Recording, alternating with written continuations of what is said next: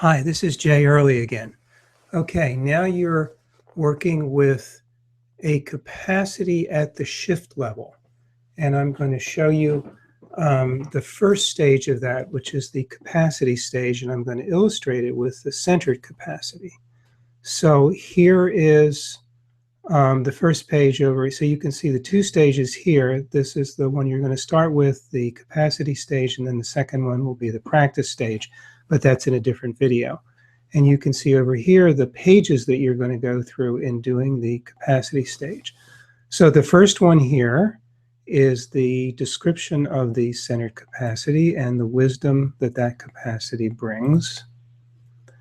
And on the second page, you can actually read a story of someone who developed the centered capacity, who started out with the angry pattern.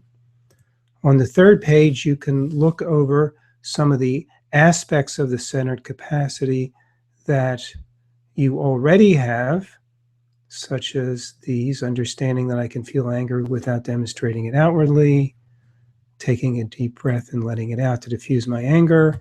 And then you can click on some of the aspects of the centered capacity that you would like to develop further. Here's a couple that I've checked off. And then your centered capacity is brought to life by a healthy part of you, and so you can choose a name for that part. Let's say I'll call it Calm 1. And then here I can choose, actually I already had this checked, but let me check that, an image or two for what it looks like when you're centered. Or of course, you can also upload your own or even write a description in if you don't find anything that works for you. And then you look over, the next page is for you to explore those situations in your life that support you in being more centered.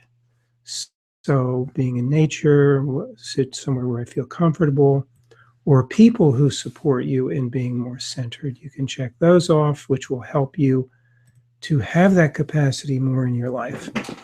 And then here is a report compiling everything that you've checked off or filled in, including the images you checked off. And you can, excuse me, you can print that out or have it available on a device.